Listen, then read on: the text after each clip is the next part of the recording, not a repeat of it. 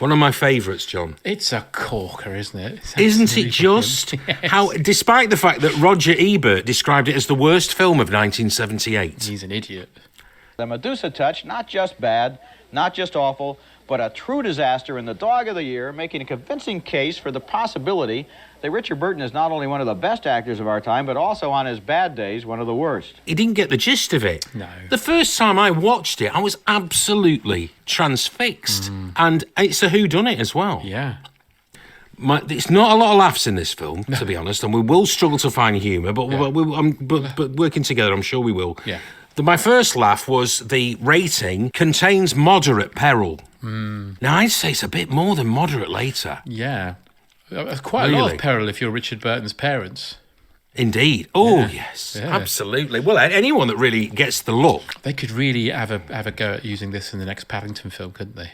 Couldn't they just? Because he gives them a hard stare. Yes, exactly. Oh. Yeah, and you drown in marmalade.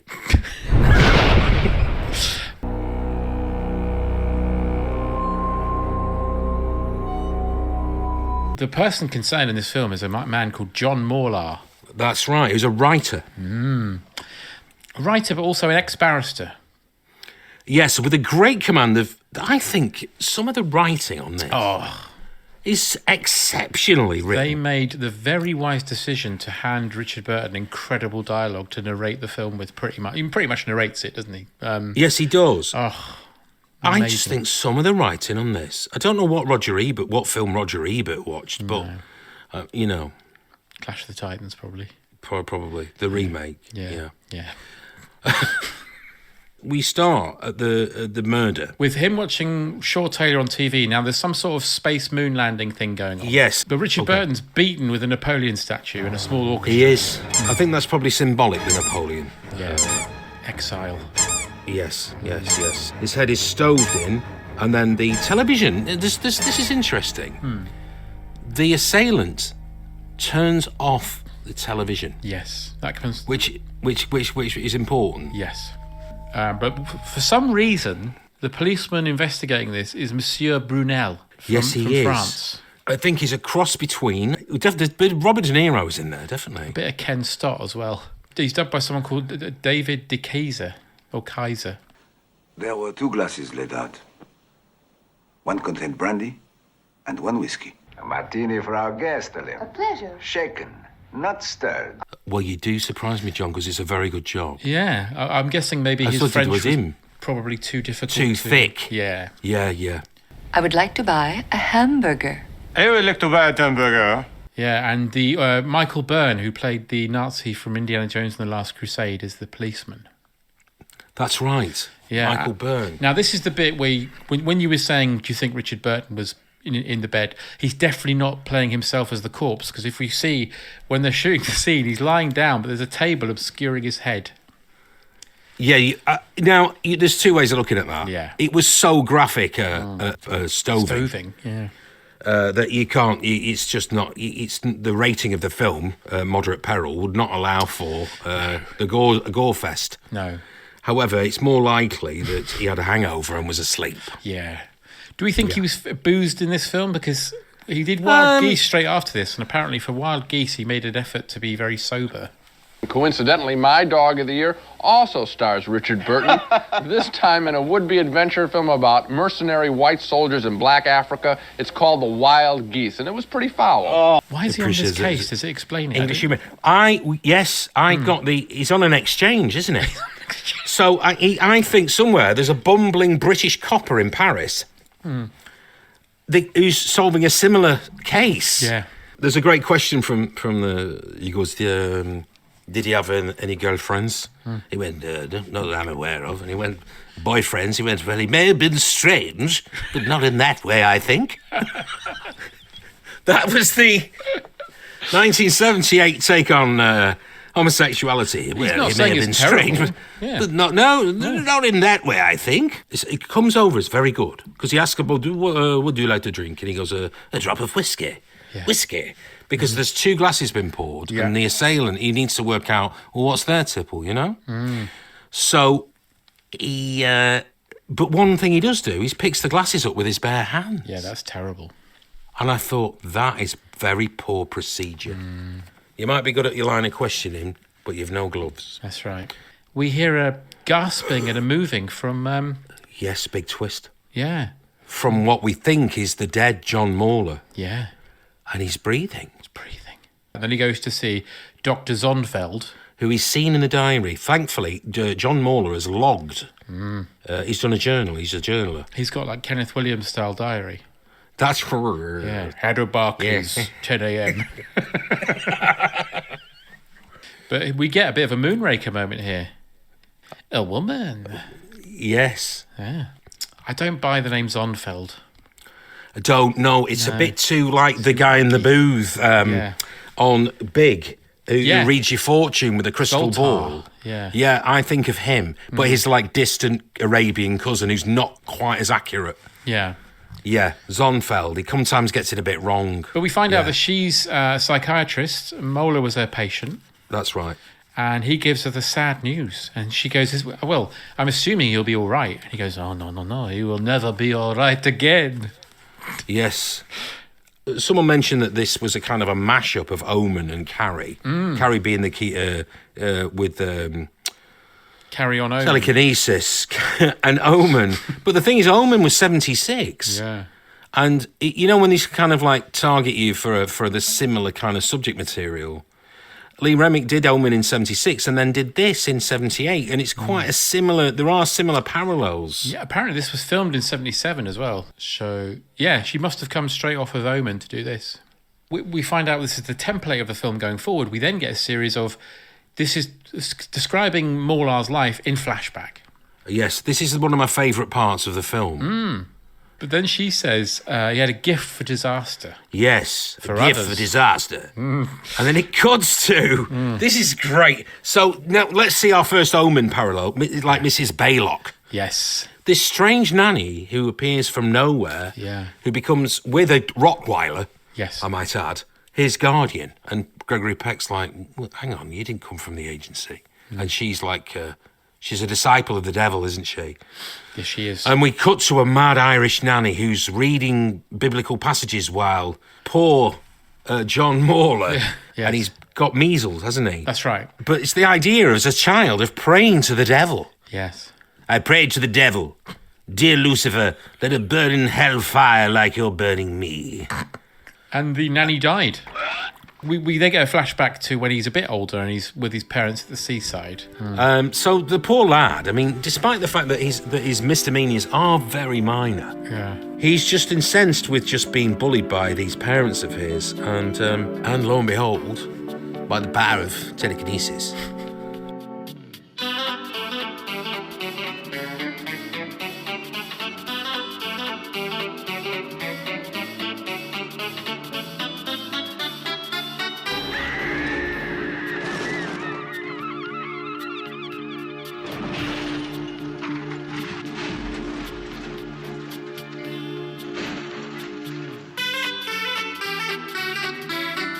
As soon as I spent the day with them, then I knew their death was inevitable.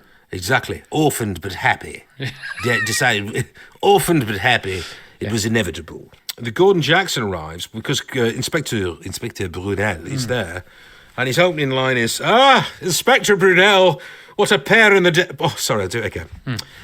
It's camp as tense, this line. I love it, though. And he plays it really campy as well. He went, Inspector Brunel, what a pain in the derriere you'll be.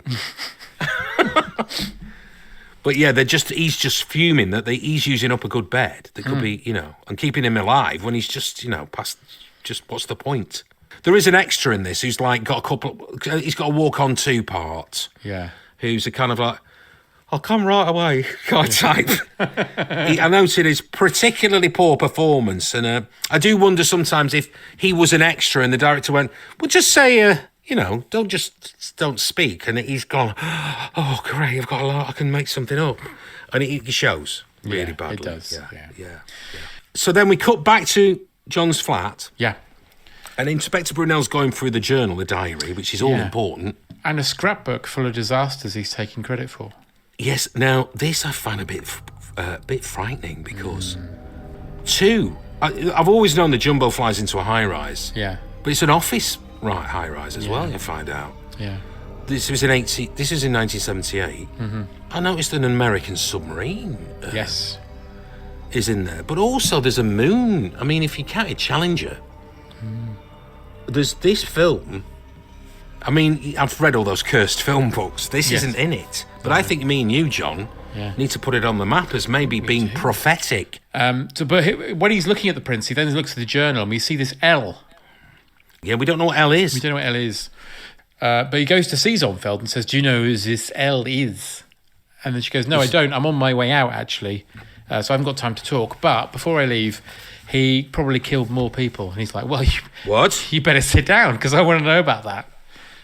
Yes, this is good. I do like it's like Omen again. This Omen 2, there's the challenge of what year was this? And he knows them all, Damien, doesn't he? Yes. Charles First. 1649. Oliver Cromwell. 1658. Thomas More. 1535. Whereas this John Maul is a little bit more, what's it called, laissez-faire about poor boy. Poor boy. One of those classic boarding school punishments, apart from, well, the obvious. You know, the other one, the obvious, but some the kind of they've all got enjoy. centre partings. Yeah, that's right. Yes. So he had to pick up count, and I'm sure he did it. Yeah, he did. 1,149 wet leaves in the pouring rain. He went, "These leaves are wet. I can't have them soiling my study. I must go and dry them." So he goes to Freddy Krueger's basement. Yes. And he empties the leaves into the furnace. But before he leaves to put the leaves in the furnace, he gives him the look, which is, of course, the Medusa Touch. I'm not having this one, though. This one, he's given him the look, then gone downstairs, tipped all the leaves in the furnace, but left the door open. Yeah. So that's literally committing arson with a big fire. So that hasn't happened by Yes, you're right, fate. John. It's not very telekinetic, is it? No. Because I've always said telekinesis, have you? Yes. But he says telekinesis. Yes. Now, Right. I think it really, technically, it's kinetics, really, isn't it? Yeah, well, she used to be married to John Kennedy, didn't she? Did she? Telekinesis. Lee Remick. Very good. Thanks. Very good. I thought he was a bald. I thought he was a bald policeman. Yeah, that's right. Played Kojak. Who sucked a lollipop. Isn't that telekinesis? That's He right. played him. Yeah. Kojak. He used to say, "I lift your baby," and he'd do it with his mind. And a lollipop would fly into his mouth just by thought alone. Yeah. Didn't last. We're very back to Mr. Pennington's flat because this is a flashback to when Mr. Pennington's wife has a pop at him for bringing home an old fish. Old fish. No, he mentions earlier, doesn't he, that his wife's passed away, but we don't know. We don't know how. But yeah, we don't know. No, my wife is dead. And my Grace would be alive today if it weren't for him. That's true. He says. Now, she wasn't very well. I think there's more than the menopause going on here. Yeah. And because he says, "Oh, take a pill and calm down." Yeah, I'll make us some tinned ravioli. Yes, he does. Not one of the worst things. Honestly, do you like it? Tinned ravioli. Oh, yeah. And then she says, "Have a good mind to end it all and jump." And then he says, "For God's sake, woman, bloody well jump." And she fucking does. She does, yeah. And then we cut to his next part of his life. Yes. Where he is a barrister. Yeah, defending Bailey from London's Burning. Yes. Yeah. And the guy is the QC who he worked under. Yeah. He says, had the most disconcerting eyes. He could never return his gaze in conversation. You know what? I mean, just to pause for a moment, I hadn't realised until this film that Richard Burton does have disconcerting eyes. I know they're piercing, because they are. But when you see them piercing. in close-up like this, looking intense, Yes. they are very disconcerting. Yes, he could stare you out easily. Oh, horrible. Yeah. It's funny, though, what you can and cannot stare out. John Shuttleworth, the brilliant Graham Fellow, says that you could easily stare a dog out. That easy. A cat is so easy. You'd think a cat could have you, wouldn't you? Yeah. But you know there's one that you can't. A guinea pig. Right. He's defending a man who distributes anti-war pamphlets at the Imperial War Museum. So I've got... But can I ask you a question before you get Yeah. into this? Because it's a beautiful thing, but I want to ask you a question just to set context for people listening. If you're distributing anti-war pamphlets in the Imperial War Museum, you'd probably not get that long in prison or some sort of fine. No. But I think if your barrister annoys the judge, things might go a bit different. I, for one, am with the defendant, and if I knew how, I would blow the whole bloody place sky high. So the angry judge gives him a sentence of 9 years. 9 years.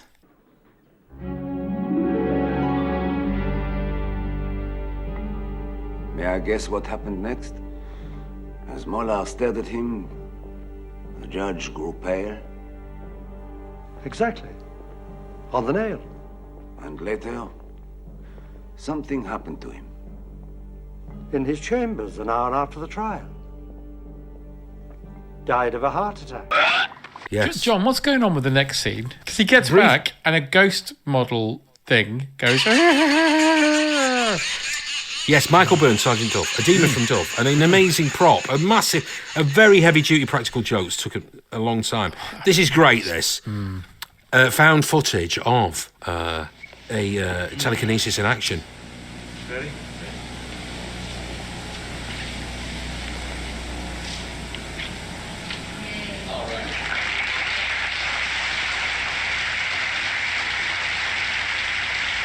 Fabulous scene. So he decides to visit a psychic medium. Oh, the great Michael Hordern. The incredible Michael Hordern, narrator of Paddington, amongst many brilliant. Also, in one of another piece of television that terrified me as a kid, my dad showed me The Whistle and I'll Come to You. And I'll Come to You. My Terrifying. Absolutely terrifying. Yeah. And then he says, "Is it simple reading you required?" He goes, "Yes." And then he just looks him in the eye briefly. And then, that's it. Yeah. He's all of a fluster. This is one thing I've noticed, though. Richard Burton has very small hands. He does, doesn't he? Aren't they small? Like little hooves. They're very, very small. Very kind of like boyish. Tell you what, those hands been all over the place, haven't they? They have. Yeah. That's like Woody Allen, he said. What would you like? He said, if you could come back as anything, what would it be? And he went, Warren Beatty's hands. Yeah. But Richard Burton, though, I mean, what a life he had. He did, didn't he? Can you even imagine starting where he started and ending where he ended? Goodness me. But to get married to someone and then divorce them and then remarry them, that's a turn up for the books. It is. That doesn't happen very often, does No. it? No. That's alcohol for you. So It's another one of my favourite scenes in the film is where we are introduced to Richard Burton's wife. Oh. Who she's just openly having an affair. With Jeremy Brett. And in this, he looks like an absolute shagger. He does, doesn't he look very dashing, doesn't he? The first thing he does is laugh. You can hear that he smokes about 400 cigarettes a day. And she says, as she leaves with Jeremy Brett, her new lover, "Goodbye, my dear husband. Don't expect me back." Yeah. And he says, smiling, "Oh, I won't." I think she's dubbed as well, but I can't find any evidence of it because she's a French actress. Is she? Because this is an Anglo-French production. She has Lance Percival's mouth. Yeah, they both they go away, as you say, and they have a car crash incident, and they both die. They do die. And he said, "This time I wanted it to happen. I made that accident happen." He's proved to himself that these are not coincidences. He starts to journal the fact that it's him that's doing it. So Dr. Zonfeld says that was the last time she saw Mr. Mauler. That's right. And he didn't return to her office, which is true. Which is true. If it was a court of law, that is true. That's right. We find out that Mauler's brain isn't slowing down; it's getting more powerful. Speed it up. Yeah, it's getting more powerful because it's the survival instinct. Well, he says that he should very well be at death's door, but it's like the brain's keeping him alive. Zonfeld comes to see Brunel in his house while while Duff is hiding in the kitchen, hiding with his burning French cuisine. His coq au vin has all coco up, all cock and no van. Exactly. She says, "Look, I told you the last time I saw him in my office was this date, but that's not technically true. I saw him again, but just not in my office." And he said that he was responsible for so many deaths. "I killed my parents. I killed my nanny. I made it happen. What am I? How can I will death?" he says. I don't know if you wrote this dialogue down, but I had to because I loved it so much. He says, "We're all the devil's children. We find what powers the sun and make bombs out of it. We create wealth and become obsessed with greed. We achieve power and go mad." So good. Oh my God. So good. This is when he says, right, I'll show you what I can do. And I think, and this is the very reason why I don't think this film's on anymore. No, I've written here as my note, this is a really hard watch post 9/11 because it is. It's terrifying. The special effects guy's working on this scene, and it's all done in miniature, but you wouldn't know. We find out that loads of VIPs are going to attend a fundraiser at a cathedral. He's not a fan of religion. No. Because he sees it as the world's troubles, like many of us do. Hypocrisy, etc. Yes. Yeah. So Brunel goes and sees Zonfeld and says... basically confessed to... Yes. Well, she saw him looking at the moon landings. I mean, the space shuttle mission, whatever. So she's already seen the. She's already seen the jumbo jet, and now it's the moonshot. She thinks, right, there's only one. I've got to stop this man. Yeah. And what do? I have to grab a Napoleon statuette and whack him with it. Inspector Brunel is convinced now, despite the paranormal aspect of it. So he decides to go and see the dean in the cathedral. Yeah. Despite the commissioner going, we can't cancel the cathedral event. The Queen is coming. I also noticed that the dean at the cathedral is played by the man from The Shining. Yes. Mr. Torrance. Oh, yeah. Yes, him. Yeah. I noticed, I've written here that Molar's brainwaves, when he starts kicking off, sounds like he's loading a Spectrum game. Yes, he does. Exactly. Manic Miner. Yeah, when the cathedral falls down, he loads the screen. Chucky eggs being loaded onto another screen. Monty on the run. Strontium dog. I'm trying to think of some of the more random. Hey, you know what I've got, John? I've got mint in box ZX Spectrum. No. Bond with the gun. The Living Daylights one. Yeah, 128k. Oh my God. Mint in box. You know what? I'm going to tell you this off record, even though people are listening. That'd be worth a few quid on eBay. Yeah, I hope so, because my Phantom Menace Monopoly's worth fuck all. Fuck all. Yeah. There's loads of them on there. It's still got its seal on. Also, I've written here that Molar's hooked up to a Ribena. Yeah, he is very thin. Thin blood. Ribena. But he goes to see Zonfeld, but she's unfortunately taken her own life. She has taken her life. She's unalived herself, if anyone's listening on TikTok. When the commissioner hears that Zonfeld's killed herself, the organ music changes to a very foreshadowing key. Yeah. But also, because it's at full pelt, and this is where the expression pull out all the stops comes from. He's pulled out all the stops on the organ. Yeah. But unfortunately, because the west front is cracking on Minster Cathedral, it can only add to the vibration. Then the Queen arrives, we see, with the Royal Standard on. Yep. And Sergeant Duff is not apprehended very quickly here. And he runs right in the traffic, and the police escort the side, the guys on the motorbikes. And he just managed to get Flash's ID in time. And then the ECG is going crazy. Yeah, this is where he's really going for it. He's loading in Target Renegade. Now, there's a fantastic comedy. Now, what's happening now is the cathedral is starting to crumble, because he said, I'll bring the whole edifice down on their unworthy heads. And he does. He looks good. He does look good. Yeah. Now, this is more than moderate peril, some of this. Yeah. There's a stained glass window shatters and someone's spattered with blood. Yeah. People are it's very well done. I mean, but there was this, in the 70s disasters, I think the props boys and the art department, there was a lot of experience, wasn't there? Yeah, from 70s, big time for disaster films. Yeah, Towering Inferno, Poseidon Adventure, all those airport films. Yeah, all those. But there's a scene that's just straight out of Benny Hill and Morecambe and Wise, and it's the bell ringers scene. Oh yeah. There's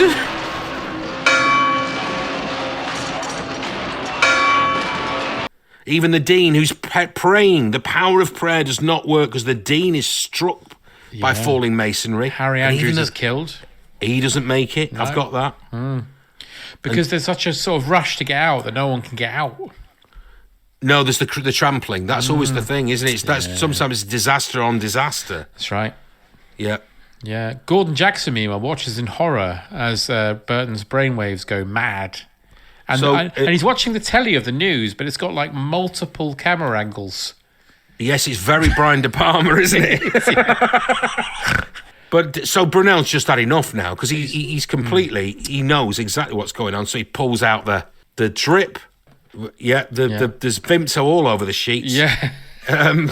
He removes the drips, the life support, and then that's it. And you think, right. Goodness.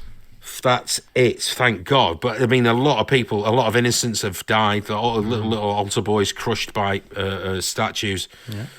Alex Jones is dead, yeah. He's gone. Yeah. Long gone. But yeah, his hand's shaking. And then he's got there's a pencil and pad, isn't there, next to the bed? They give Richard Burton's body a pencil and pad.